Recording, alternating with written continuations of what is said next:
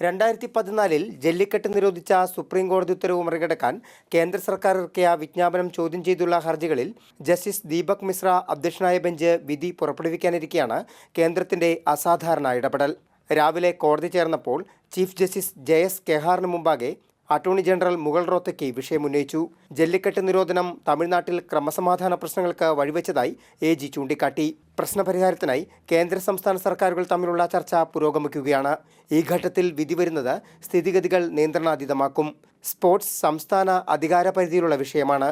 മൃഗങ്ങളോടുള്ള ക്രൂരതയാകട്ടെ കേന്ദ്ര പരിധിയിലും. മൃഗസംരക്ഷണവും സാംസ്കാരിക പാരമ്പര്യവും ഒരുമിച്ച് കൊണ്ടുപോകുന്ന തരത്തിലുള്ള പ്രശ്നപരിഹാരത്തിനാണ് കേന്ദ്ര ശ്രമമെന്നും അതിനാൽ വിധി പറയുന്നത് മാറ്റിവെക്കണമെന്നും AG ആവശ്യപ്പെട്ടു. The central government and the state government are talking to each other and they are mulling over several options. They will try and find out a way so that cultural rights can be saved also. കേന്ദ്രത്തിന്റെ ആശങ്ക അംഗീകരിച്ച supreme കോടതി കേസിൽ വിധി പുറപ്പെടുവിക്കുന്നത് ഒരാഴ്ചത്തേക്ക് നീട്ടിവെച്ചു. അതേസമയം നിരോധനം മറികടക്കാൻ കർശന വ്യവസ്ഥകളോടെ ഓർഡിനൻസ് പുറത്തിറക്കാനുള്ള ശ്രമത്തിലാണ് തമിഴ്നാട് സർക്കാർ.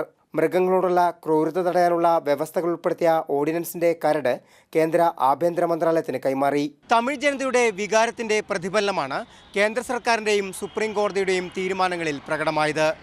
പ്രശ്നപരിഹാരം അകലെയല്ലെന്ന സൂചന ഇത് നൽകുന്നു. രാജേഷ് കോയിക്കൽ, മാതൃഭൂമി ന്യൂസ്, ഡൽഹി.